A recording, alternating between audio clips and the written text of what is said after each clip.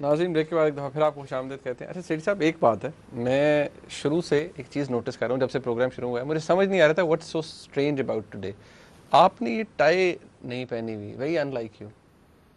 ये आपने टाई नहीं स्कार्फ, पहनी हुई? हाँ मतलब नेक टाई नहीं है, और ये आपने स्कार्फ सब पहना हुआ, ये आप कोई पर्पसली? एतराज़ है आप? हाँ मुझे है, मतलब ये पर्पसली पहन के आए, और वो भी लाल, फड़कता हुआ लाल। आपका ख्याल है कि लश्कारे आप ही मार सकते हैं? आपका यही ख्याल है ना? आप सोच रहे हैं कि सठिया गया है और अब ये स्कार्फ शार्फ पहन के आ गए।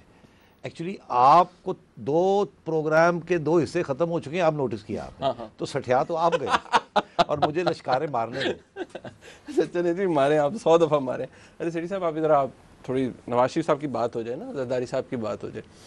अच्छा पहले वो पूछ लूँ आपसे, वो ज़रा एक वो मुलाकात में सस्पेंस बहुत बढ़ गया। मैं भी सस्पेंस में हूँ। क्या कौन सी मुलाकात की बात कर अच्छा, रहे हो? मिट्टी कौन डालता है हमारी सियासत में सबसे ज़्यादा? Who is the excellent negotiator? मिट्टी मिट्टी मिट्टी मिट्टी पाओ। मिट्टी पाओ।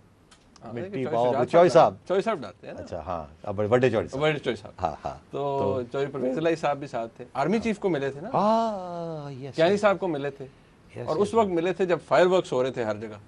फायरवर्क्स हो रहे थे। तो उसके बाद फायरवर्क्स खत्म तो नहीं हुए कि हो गए? नहीं, बस थोड़ा सा ना वो सेटल, डस्ट थोड़ी सेटल कर गई थी। हाँ, ये कोई 10-15 दिन, 10 के दिन की हाँ, बात ये है ना? जब हुआ था ना 22 हाँ, को, हाँ, हाँ, प्राइम मिनिस्टर हाँ, साहब ने कुछ कहा था 22-23 तारीख को, उसके बाद ये एकदम मुलाकात हुई थी। हाँ, वो चिड़िया मैंने भेजी थी साथ साथ। अच्छा, मगर जाहिर है जीएचक्यू के अंदर तो चिड़िया नहीं जा सकती। वो बेचारी जैमर लगे, जैमर लगे हुए थे, पर शर्त कट गए। मगर फिर भी उड़ती उड़ती खबर तो आती है। हाँ बिल्कुल। अच्छा, उड़ती उड़ती खबर ये आई कि दोनों हजरात गए थे, सलाम दुआ हुई, जान की मान पाके गए। हाँ हाँ बिल्कुल। और थोड़ी सी पंजाबी हुई, थोड़ी सी उर्दू हुई, और बड़े चौधरी साहब बड़े ख्याल से बोल रहे थे ताकि हर बात समझ आए। और कभी कभी तेज से बोल जाते ना, समझ नहीं आती क्या हो। तो खैर, अब बातें क्या हुई ये तो मैंने अर्ज किया आपको कि ये मुझे नहीं पता। मगर जब वो वापस आए तो चिड़िया ने पकड़ लिया। इंटेरोगेट पता ये चला कि गए थे रात के वक्त, शाम के वक्त। अच्छा। खाने का वक्त था, हाँ, मगर खाना ऑफर नहीं हुआ। ओहो। मेरा ख्याल है उन्होंने चाय और छोटे समोसे और वो जो फिंगर फिश होती है उसी पे फारग कर दिया। और मेरा ख्याल है इनका ख्याल था कि बस ठीक ठाक शुक्र पा के खावांगे, रोटी होएगी, जैसे उनका अपना दस्तरखान। हाँ बिल्कुल। वो तो कमाल का ना, जेनरोसिटी तो फिर ख़त्म हो जाती है ना। सारा वक्त 100-200 बंदे को खिलाते हैं और खाने पीने में ठीक ठाक, और खिलाते हैं ठीक ठाक। मगर मेरा ख्याल है उस दिन जनरल साहब ने ज़रा वो कहते हैं ना, सुक्का सुरूर भी पीता। मगर हंसना नहीं चाहिए। आगे वाले दिनों में बहुत सी चीज़ें हो सकती हैं ओहो हो जिनका लिंक अच्छा, अफवाह उड़ाने वाले इस मीटिंग के साथ लगाएंगे। अच्छा अच्छा। देखिए, लोगों ने जब कहानी बनानी होती है तो पैग देना होता है ना। जैसे मंसूर इजाज साहब ने आर्टिकल लिखा तो आईएसआई के खिलाफ था, पैग लगा दिया कि जी वो हम साजिश कर रहे थे। सही, ऐसे ही हुआ ना। सही। यहाँ भी पैग लगाया जाएगा को पता ना आपको वहाँ मीटिंग हुई थी, तो जो उसमें हुआ है। हाँ, जो चौधरी साहब आप बात कर रहे हैं खुद तो कभी नहीं कहेंगे कि ये कुछ वहाँ कोई बात हुई या नहीं हुई, कोई इशारे हुए नहीं हुए। आप बात समझ रहे हैं? मैं समझता हूँ अगले आने वाले दिनों में 2-3 चीज़ें साथ साथ चलेंगी। अच्छा, उसमें army will not be involve. ठीक। साइलेंस, चुप। ना जनरल पाशा, ना जनरल कियानी, बिल्कुल इनकी तरफ से किसी किस्म की मदाखलत नहीं, because I don't think they are interested in all this. मगर पॉलिटिशियंस जो होते हैं ना, वो हमेशा सारा वक्त इंटरेस्टेड होते हैं इन चीज़ों में।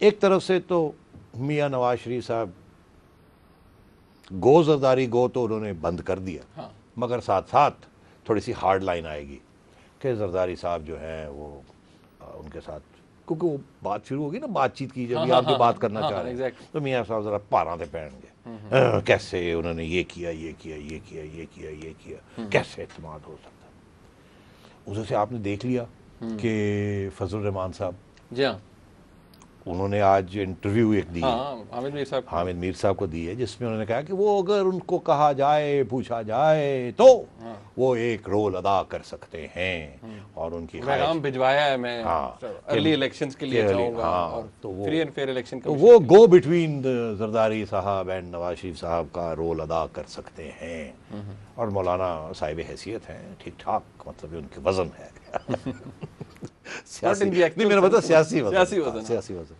तो हो सकता है कि वो लपक के मौलाना जो है वो रायविंड पहुंच जाए अगले 4-5 दिनों में, हो सकता है। साथ साथ मियाँ साहब की भी हार्ड लाइन आएगी, लोग आएंगे जाएंगे, और उधर से मेरा आप ख्याल है कि ये हार्ड लाइन आपने देखी विज़-विज़ द सुप्रीम कोर्ट, और सुप्रीम कोर्ट की हार्ड लाइन विज़-विज़ द गवर्नमेंट। मैं समझता हूँ जरदारी साहब की तरफ से भी अब कुछ थोड़ी बहुत अच्छा थंडर एंड लाइटनिंग गरजेंगे वो भी, मतलब ये 10 से पहले। हाँ, मेरा ख्याल उसकी वजह ये है ना कि अब कुछ थोड़ी सी हीटिंग हो रही है ना। कोर कमेटी का बुला लिया इजलास, हाँ बुला लिए, मुझे नहीं पता, बुला लिए, कल बुला ली।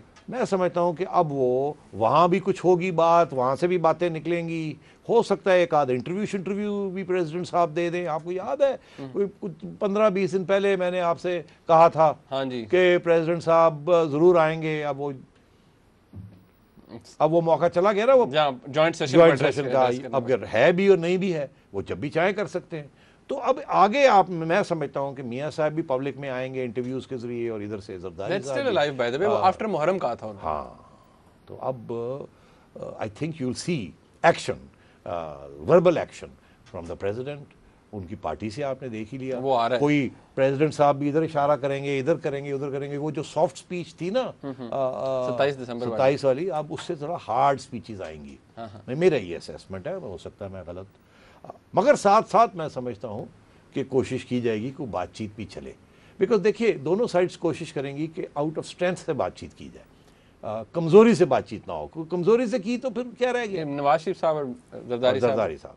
अच्छा, बातचीत से पहले दोनों बड़ी पोजीशंस लेने की कोशिश करेंगे। अब बातचीत जब होगी तो फिर देखा जाएगा कि वो कौन क्या कंसेशंस देता है एक दूसरे को। बट द फैक्ट रिमेंस कि मियाँ साहब की तो एक पॉलिसी है ना, वो कहते हैं मैं एतबार शार अब कोई नहीं करता जरदारी साहब पे, अब आगे बढ़े। वो काफी अरसे से कह रहे हैं ना, ये कोई नई बात तो नहीं है, माफी का वक्त अब। हाँ, मगर ये जो था ना कि अब यार गो जरदारी गो कहने से क्या होता है, ये एक डेफिनेटली एक सजेस्टिव हिंट थी, एक सिग्नल था।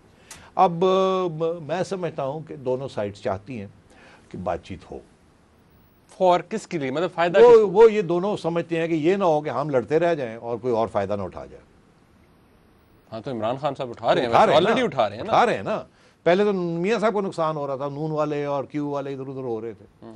तो अब शायद ये भी है ना कि वो जरदारी साहब को ही लोग इधर उधर हो जाए ना, जो अर्बन ऑलरेडी कुछ हो रहे हैं ना, पंजाब वाले जो हैं, कुछ लोग कह रहे हैं सिटिंग एमएनए जाएंगे और पता नहीं। तो अब मेरा ख्याल है कि इनको सोचना पड़ेगा कि ये जो आगे ट्रांजिशन साल गुजारना है, ये कैसे करना है, किस तरीके से। वो जो पहले बात हुई थी कि ये मैंने आपसे कहा था कि ये इतनी आसानी के साथ हैंड ओवर और टेक ओवर नहीं होना, तो अगर ये गंद पड़ गया हैंड ओवर टेक ओवर का, तो वो जो दूसरी फोर्सेस हैं जिनके सारे हर वक्त हम इशारे करते रहते हैं, बात करते रहते हैं कि जो न दोनों को नहीं पसंद करते, तो वो ना कोई हरकत में आ जाएं और वो कुछ ना कर दें और सहारा लेके इधर उधर।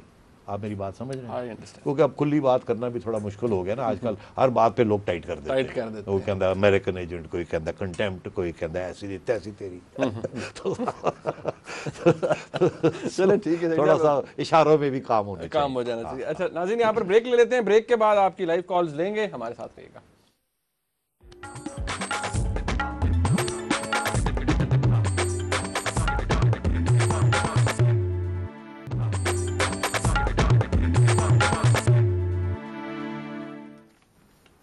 हाँ जी, अब है आपस की बात आपके साथ। अली शेर साहब है हमारे साथ। अस्सलाम वालेकुम जी। जी वालेकुम सलाम। जी जनाब। शेर साहब, आपसे बड़ी पुरानी याद अल्लाह है, आप टीवी में गए, आपके हम तहरीरों से महरूम हो गए। असल बाइट तो आपकी तहरीरी थी, आप टीएफटी से भी गए। खैर ये तो अपना बात और थी। अब देखें, अगर हम, मैं भी आपके तारीख का तालिब इल्म हूँ, अगर हम 60-70 के अखबार पढ़े, पीटी की, पाकिस्तान टाइम, नुमाए वक्त और जो अखबार थे, मरोज था, उसमें एक गर्दान थी कि उस वक्त अखबार में जी जो बंगाली ये गद्दार है, ये जो ईस्ट पाकिस्तानी इनके हुलिये पे, उनकी धोती पे, मुजरिम टोपी पे ये गद्दार है। और अल्टीमेटली हमने ईस्ट पाकिस्तान गंवा दिया। और वही हम स्टोरी रिपीट कर रहे हैं आज सिंध में। सिंधी टोपी, सिंधी गद्दार है, तमाम इदारे, आप मेरे समेत हर बंदा जो है उनको गद्दार डिक्लेयर कर रहा है, कह कि वो हम में है ही नहीं। इनको कंडेम कर रहे हैं, दे आर कंडेम, वो हमारा हिस्सा ही नहीं है। और बलूचिस्तान का एक सीएम टीवी पे आकर कहता है कि ये फौज मेरी नहीं है। तो ये हम किस तरह जा रहे हैं? क्या ये सब कुछ वो जो कहते हैं एक साजिश है कि कोस्टल बेल्ट पे कराची की और जो बलूचिस्तान की है उसको एक पाकिस्तान से अलग करना है? ज़ाहिर है वो 71 तो नहीं कि जंग होगी, जिस तरह सोमालिया में हुआ उन्होंने यूएन इंटरफेयर किया है और वोटिंग के लिए उसको 2 हिस्से बना दिए, साइप्रस के हुए। तो क्या हम ये क्या कर रहे हैं? हमारे इदारे, हम सब, मैं आप सब मिलकर इसमें सब हमारा सबका हिस्सा है।